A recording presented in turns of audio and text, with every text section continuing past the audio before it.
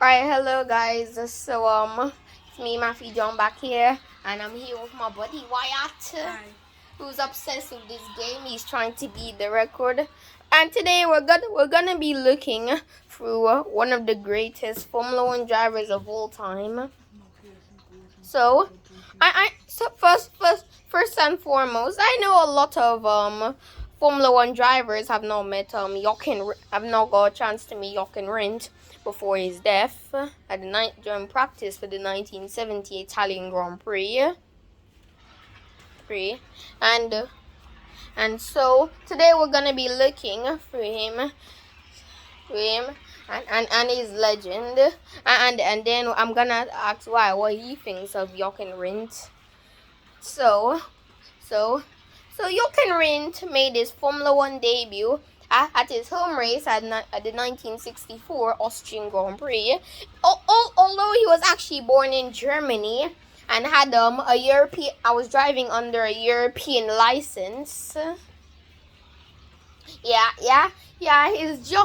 His geographical history is pretty weird, but he shone brighter. In 1965, he drove a Ferrari to the 24 Hours of Le Mans victory.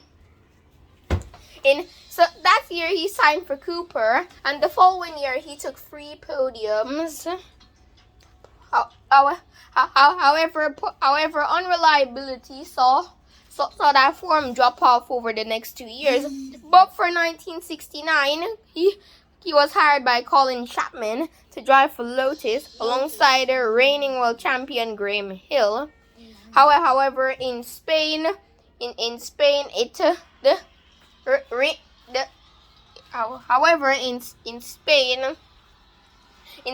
things took a dark turn as Hill crashed out. As Hill crashed out after hitting the Armco barriers, and then Rindt crashed into the stationary car of Hill and had suffered a broken nose. But he missed only one race to recover, and in Silverstone he battled with Jackie Stewart, and then took podiums in Italy and Canada before finally becoming a Formula One race winner at the US Grand Prix after another battle with Stewart. Now a race winner, Jochen set his sights on 1970, winning 5 of the first 8 races of the season. He took a great victory in Monaco, pressuring Jack Brabham into a mistake at the last corner of the last lap. But sadly, over the next 19 days, two of his great friends and fellow drivers, Bruce McLaren and Piers Courage, were killed in crashes.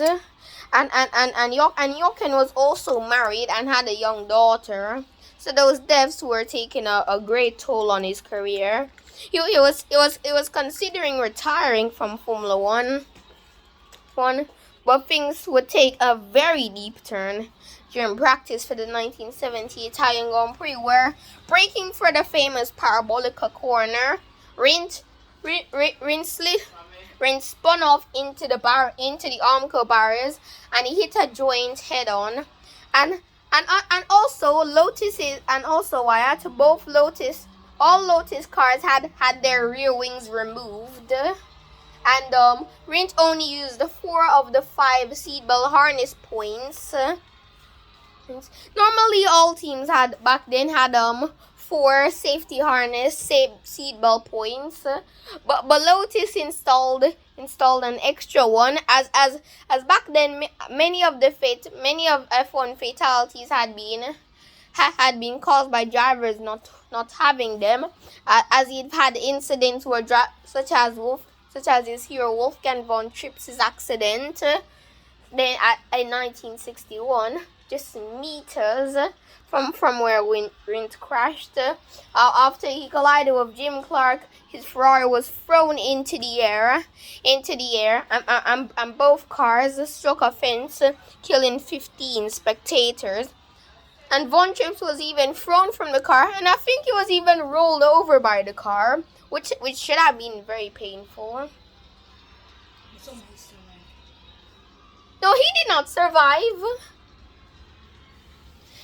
But why? Imagine if that happened. Imagine if that happened.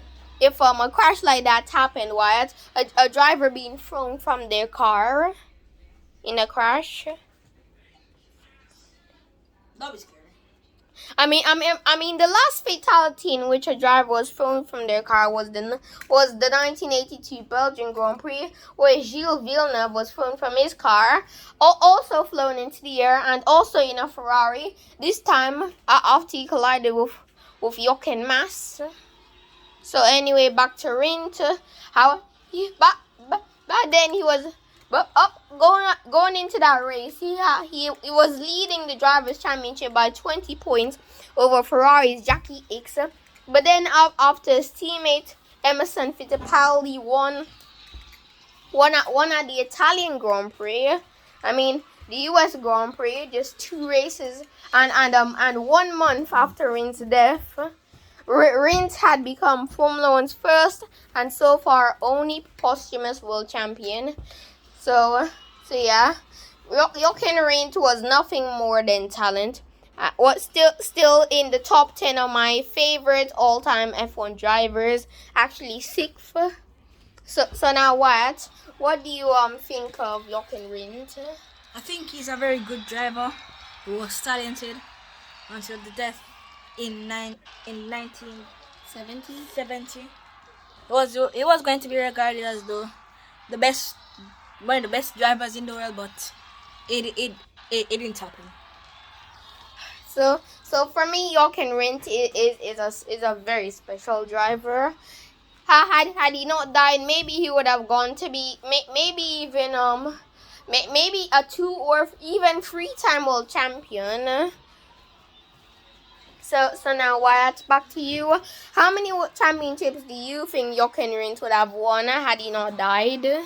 One, either 2 or 3. Well, okay, I think that's same as well.